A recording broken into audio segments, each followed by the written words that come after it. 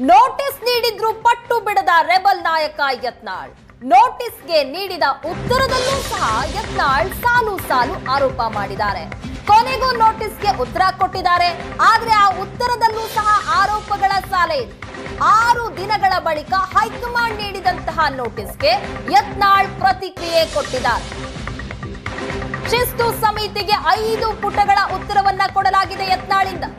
ಅದು 6 ದಿನಗಳ ನಂತರ. ರಾಜ್ಯ ಬಿಜೆಪಿ ಸ್ಥಿತಿ, ಹೊಂದಾಣಿಕೆ ರಾಜಕೀಯದ ಬಗ್ಗೆ ಉಲ್ಲೇಖ ಮಾಡಿದ್ದಾರೆ. ವಿಪಕ್ಷವಾಗಿ ಬಿಜೆಪಿ ಸರ್ಕಾರದ ವಿರುದ್ಧ ಹೋರಾಟ ಮಾಡ್ತಾ ಇಲ್ಲ ಅಂತ ಆರೋಪ ಮಾಡಲಾಗಿದೆ. ಕುಟುಂಬ ರಾಜಕಾರಣ ರಾಜ್ಯ ಬಿಜೆಪಿಯಲ್ಲಿ ಅಂತ್ಯ ಆಗಬೇಕು. ಸ್ವಜನ ಪಕ್ಷಪಾತಕ್ಕೆ ರಾಜ್ಯ ಬಿಜೆಪಿಯಲ್ಲಿ ಅವಕಾಶವನ್ನ ಕೊಡಬೇಡಿ ಅಂತ ಮನವಿ ಮಾಡಿದ್ದಾರೆ. ವಿಜಯೇಂದ್ರ ಬದಲಾವಣೆ ಯಾಕೆ ಬೇಕು ಅನ್ನೋ ವಿಚಾರಕ್ಕೆ ಸಂಬಂಧಪಟ್ಟಂತೆ ಮನವರಿಕೆ ಮಾಡುವಂತಹ ಪ್ರಯತ್ನ ಮಾಡಿದ್ದಾರೆ.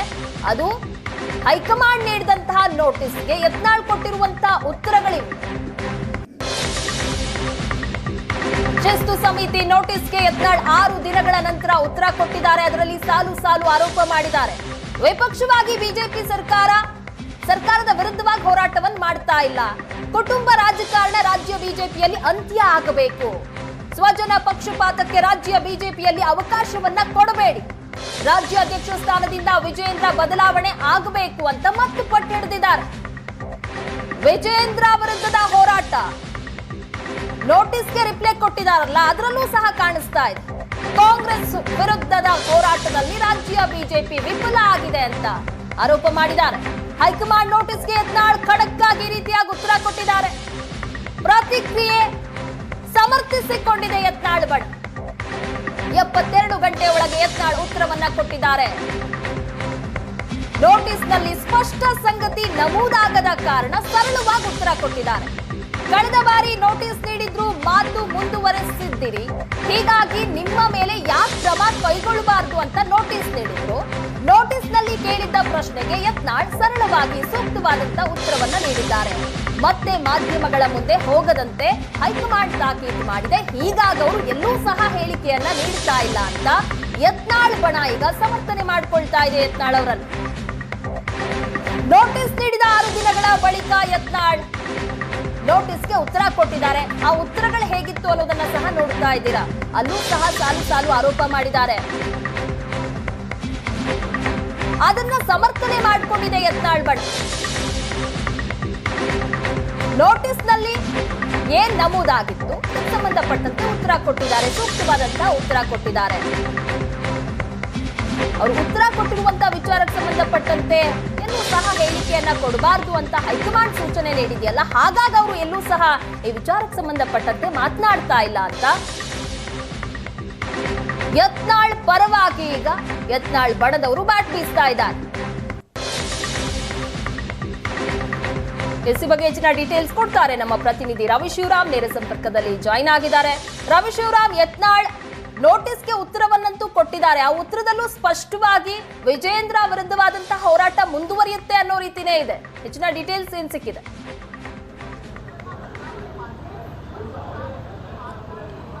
ಯತ್ನಾಳ್ ಅವರು ಈ ಹಿಂದೆ ನೋಟಿಸನ್ನು ಕೊಟ್ಟಾಗಲೂ ಕೂಡ ಪ್ರಗತಿ ಇದೇ ರೀತಿಯ ಉತ್ತರವನ್ನು ಕೊಟ್ಟಿದ್ದರು. ಪಾಠಕ್ ಅವರ ಮುಂದೆ ಹೋಗಿ ಸಮಜಾಯಿಷಿಯನ್ನು ಕೊಟ್ಟಿದ್ದರು ಮತ್ತು ಲಿಖಿತ ರೂಪದಲ್ಲಿ ಉತ್ತರವನ್ನು ಕೊಟ್ಟಾಗ ಅವರ ಉತ್ತರವನ್ನು ಸ್ವೀಕಾರ ಮಾಡಿರಲಿಲ್ಲ. ತಾವು ಕೊಟ್ಟಂಥ ಉತ್ತರದಲ್ಲಿ ಏನಿದೆ ಹೇಳುವುದನ್ನು ಅಷ್ಟೇ ತಿಳ್ಕೊಂಡು, ಯಾಕೆಂದರೆ ಅದು ಮತ್ತೆ ಮಾಧ್ಯಮಕ್ಕೆ ಹೋಗೋದು, ಅದು ಇನ್ನೊಂದು ರೀತಿಯ ಚರ್ಚೆ ಆಗೋದು. ಹೀಗಾಗಿ ಆ ಉತ್ತರವನ್ನು ಪಾಠಕ್ ಅವರು ಸ್ವೀಕಾರ ಮಾಡಿದೇನೆ ಯತ್ನಾಳ್ ಅವರ ಹೇಳಿಕೆಯನ್ನು, ಯತ್ನಾಳ್ ಅವರ ಮನವಿಯನ್ನು ಅಷ್ಟೇ ಕೇಳಿಸ್ಕೊಂಡಿದ್ರು. ಅದಾಗಿ 2 ತಿಂಗಳ ಬಳಿಕ ಈಗ ಮತ್ತೆ ನೋಟಿಸನ್ನು ಕೊಟ್ಟಿದ್ದರು. 72 ಗಂಟೆಗಳ ಒಳಗಾಗಿ ಉತ್ತರವನ್ನು ಕೊಡಬೇಕು ಅನ್ನುವಂಥ ಒಂದು ಷರತ್ತನ್ನು ಕೂಡ ಹೈಕಮಾಂಡ್ ಹಾಕಿತ್ತು. ನಮಗಿರುವ ಮಾಹಿತಿಯ ಪ್ರಕಾರ ಯತ್ನಾಳ್ ಕಳೆದ ಶನಿವಾರವೇ ಉತ್ತರವನ್ನು ಕೊಟ್ಟಿದ್ದಾರೆ ಎನ್ನುವಂಥ ಮಾಹಿತಿಗಳು ಬರ್ತಾ ಇದ್ದಾವೆ. ಪ್ರಮುಖವಾಗಿ ಆ ಉತ್ತರದಲ್ಲಿ ಈ ಹಿಂದೆ ಯತ್ನಾಳ್ ಅವರು ಏನು ಮಾಧ್ಯಮಗಳಿಗೆ ಹೇಳ್ತಾ ಇದ್ರು, ನೋಟಿಸನ್ನು ಕೊಟ್ಟ ಬಳಿಕ ಟ್ವೀಟನ್ನು ಮಾಡಿದರು. ಸ್ವಜನ ಪಕ್ಷಪಾತ, ಭ್ರಷ್ಟಾಚಾರ, ಕುಟುಂಬ ರಾಜಕಾರಣ ಇದೆಲ್ಲದರ ಬಗ್ಗೆ ನಾನು ಸವಿವರವಾದ ಉತ್ತರವನ್ನು ಕೊಡ್ತೇನೆ ಅಂತ ಹೇಳಿ ಸ್ವತಃ ಯತ್ನಾಳ್ ಅವರು ಟ್ವೀಟನ್ನು ಮಾಡಿದರು. ಅದೇ ರೀತಿಯ ಟ್ವೀಟ್ನಲ್ಲಿ ಯಾವ ಅಂಶಗಳನ್ನು ಒಳಗೊಂಡಂತೆ ಅವರು ಹೇಳಿದರು, ಅದೇ ಉತ್ತರವನ್ನು ಈಗ ಹೈಕಮಾಂಡ್ಗೆ ತಮ್ಮ ನೋಟಿಸಲ್ಲಿ ಕೂಡ ತಿಳಿಸಿದ್ದಾರೆ ಎನ್ನುವಂಥದ್ದು ಈಗ ಬರ್ತಾ ಇರುವಂಥ ಸುದ್ದಿ. ಪ್ರಮುಖವಾಗಿ ಯತ್ನಾಳ್ ಮತ್ತು ಅವರ ತಂಡ ಈ ಹಿಂದಿನಿಂದಲೂ ಕೂಡ ಬೇರೆ ಬೇರೆ ರೀತಿಯ ಹೋರಾಟಗಳನ್ನು, ಅದೇ ವಕ್ಫ್ ರೀತಿಯಲ್ಲಿ ಒಂದು ಹೋರಾಟವನ್ನು ಮಾಡಿದರು. ಅದು ಪರೋಕ್ಷವಾಗಿ ಮತ್ತು ಪ್ರತ್ಯಕ್ಷವಾಗಿ ವಿಜಯೇಂದ್ರ ಅವರನ್ನು ರಾಜ್ಯಾಧ್ಯಕ್ಷ ಸ್ಥಾನದಲ್ಲಿ ಇರಿಸಿದರೆ ನಾವು ಅವ್ರ ಜೊತೆ ಹೊಂದಾಣಿಕೆಯಿಂದ ಹೋಗೋದಿಲ್ಲ ಅನ್ನುವಂಥದ್ದನ್ನು ಕೊಡುವ ಸಂದೇಶದ ರೂಪದಲ್ಲಿ ಆ ಹೋರಾಟಗಳಿದ್ದವು. ನಂತರದಲ್ಲಿ ವಕ್ಫ್ ಹೋರಾಟ ಆಯಿತು. ಆ ಸಂದರ್ಭದಲ್ಲಿ ಅವರಿಗೆ ನೋಟಿಸನ್ನು ಕೊಟ್ಟು ತಾವು ಮಾತನಾಡಬಾರ್ದು ಹೇಳುವಂಥ ಒಂದು ಸೂಚನೆಯನ್ನು ಹೈಕಮಾಂಡ್ ನೀಡಿತ್ತು. ಆದರೆ ಈಗ ಮತ್ತೆ ನೋಟಿಸ್ಗೆ ಯತ್ನಾಳ್ ಅವರು ಉತ್ತರವನ್ನು ಕೊಟ್ಟಿದ್ದಾರೆ. 72 ಗಂಟೆಗಳ ಒಳಗಾಗಿ ನೋಟಿಸ್ಗೆ ಉತ್ತರವನ್ನು ತಾವು ಕೊಡದೆ ಹೋದರೆ ತಮ್ಮ ಬಳಿ ಹೇಳೋದಕ್ಕೆ ಏನು ವಿಚಾರಗಳಿಲ್ಲ ಹೇಳೋದು ನಾವು ಮನಗಂಡು ನಮ್ಮದೇ ಆದ ರೀತಿಯಲ್ಲಿ ಮುಂದುವರಿತೇವೆ ಹೇಳುವಂಥ ಒಂದು ಸೂಚನೆಯನ್ನು ಹೈಕಮಾಂಡ್ ತನ್ನ ನೋಟಿಸ್ನಲ್ಲಿ ನೀಡಿತ್ತು. ಆದರೆ ಈಗ ಯತ್ನಾಳ್ ಉತ್ತರವನ್ನು ಕೊಟ್ಟಿದ್ದಾರೆ. ಉತ್ತರದಲ್ಲಿ ಸ್ವಜನ ಪಕ್ಷಪಾತ ಇರಬಹುದು, ಒಂದು BJP ವಿಪಕ್ಷವಾಗಿ ಸರ್ಕಾರದ ವಿರುದ್ಧ ಹೋರಾಟವನ್ನು ಸರಿಯಾಗಿ ಮಾಡಿಲ್ಲ ಎನ್ನುವಂಥ ಆರೋಪಗಳಿರಬಹುದು, ಜೊತೆಗೆ ಕುಟುಂಬ ರಾಜಕಾರಣ, ಸ್ವಜನ ಪಕ್ಷಪಾತ ಇದೆಲ್ಲವನ್ನು ಉಲ್ಲೇಖಿಸಿ ಅವರು ತನ್ನ ಉತ್ತರವನ್ನು ನೀಡಿದ್ದಾರೆ. ಹಾಗಾದರೆ ಈಗ ಹೈಕಮಾಂಡ್ ಏನು ಮಾಡುತ್ತೆ? ಯಾಕೆಂದರೆ ಯತ್ನಾಳ್ ನೀಡಿರುವಂಥ ಉತ್ತರದಲ್ಲಿಯೂ ಕೂಡ ತಾನು ಮತ್ತೆ ಮಾತನಾಡೋದಿಲ್ಲ ಅಥವಾ ತಾನು ಹೇಳಿದಂಥ ಮಾತಿಗೆ ಬದ್ಧನಾಗಿದ್ದೇನೆ ಹೇಳುವುದರ ರೀತಿಯಲ್ಲಿ ಅವರು ಉತ್ತರವನ್ನು ಕೊಟ್ಟಿರೋದ್ರಿಂದ ಮುಂದಿನ ದಿನಗಳಲ್ಲಿಯೂ ಕೂಡ ವಿಜೇಂದ್ರ ಅವರು ರಾಜ್ಯಾಧ್ಯಕ್ಷರಾಗಿ ಮುಂದುವರಿಸಿದರೆ ತಾವು ಅದಕ್ಕೆ ಸಹಕಾರ ಕೊಡೋದಿಲ್ಲ ಹೇಳುವಂಥ ರೀತಿಯಲ್ಲಿ ಬಹುಶಃ ಅವರು ಉತ್ತರ ಇದ್ದಂತೆ ಕಾಣ್ತಾ ಇದೆ. ಹೀಗಾಗಿ ಯತ್ನಾಳ್ ಅವರ ಈ ಉತ್ತರಕ್ಕೂ ಮತ್ತು ನಾಡಿದ್ದು 20ನೇ ತಾರೀಕು ನಡೀತಾ ಇರುವಂಥ ಸಭೆಗೂ ಒಂದು ರೀತಿ ತಾಳವನ್ನು ಹಾಕಿ ನೋಡೋದಾದರೆ ಯತ್ನಾಳ್ ಅವರಿಗೆ ನೋಟಿಸನ್ನು ಕೊಡಲಾಗಿತ್ತು. ಯತ್ನಾಳ್ ಅವರನ್ನು ಬಾಯಿ ಮುಚ್ಚಿಸಿದರೆ ಇನ್ನುಳಿದ ನಾಯಕರೆಲ್ಲರೂ ಕೂಡ ಸುಮ್ಮನೆ ಆಗಿಬಿಡ್ತಾರೆ ಹೇಳುವಂಥ ಒಂದು ಯೋಚನೆಯಲ್ಲಿ ಏನಾದರೂ ಹೈಕಮಾಂಡ್ ಇದ್ದರೆ, ಇಲ್ಲ ನಾವು ಆ ರೀತಿ ಇಲ್ಲ, ಯತ್ನಾಳ್ ಅವ್ರ ಜೊತೆ ಗಟ್ಟಿಯಾಗಿ ನಿಲ್ತೇವೆ. ಯತ್ನಾಳ್ ಅವರಿಗೆ ಕೊಟ್ಟಿರುವಂಥ ನೋಟಿಸ್ಗೆ ಅವರು ಸಮರ್ಥವಾದ ಉತ್ತರವನ್ನು ಕೊಟ್ಟಿದ್ದಾರೆ. ತಮ್ಮ ನಿಲುವಿನಲ್ಲಿ ಬದಲಾವಣೆ ಇಲ್ಲ ಹೇಳುವಂಥ ಒಂದು ಸಂದೇಶವನ್ನು ಕೊಡುವ ನಿಟ್ಟಿನಲ್ಲಿಯೂ ಕೂಡ ನಾಡಿದ್ದು 20ನೇ ತಾರೀಕು ಒಂದು ಸಭೆಯನ್ನು ಕೂಡ ಮಾಡಿದಂತೆ ಕಾಣ್ತಾ ಇದೆ. ಭಾಳ ವಿಶೇಷ ಬೆಳವಣಿಗೆ ಅಂತ ಹೇಳಿದರೆ ಪ್ರಗತಿ 23 ಜಿಲ್ಲೆಗಳಿಗೆ ಜಿಲ್ಲಾಧ್ಯಕ್ಷರನ್ನು ಆಯ್ಕೆ ಮಾಡಲಾಗಿತ್ತು.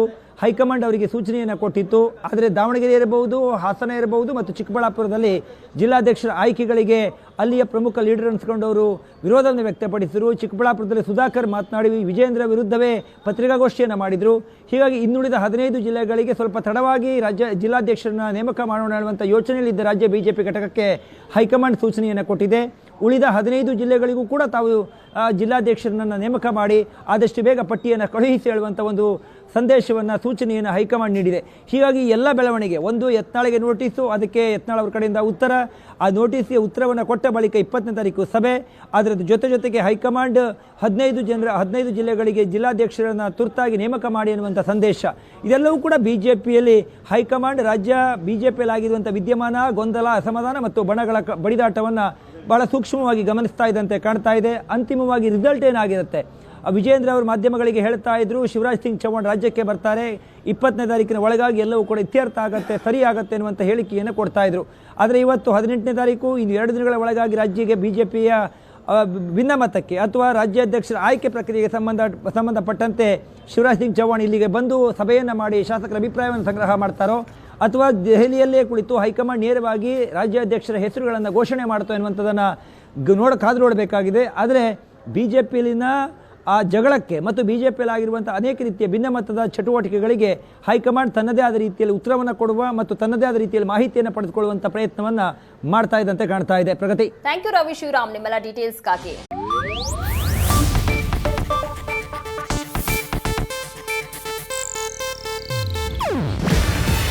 ಇದು ಏಷ್ಯಾನೆಟ್ ನ್ಯೂಸ್ ನೆಟ್ವರ್ಕ್ ಪ್ರಸ್ತುತಿ. ನೀವು ನೋಡ್ತಿದ್ದೀರಾ ಏಷ್ಯಾನೆಟ್ ಸುವರ್ಣ ನ್ಯೂಸ್.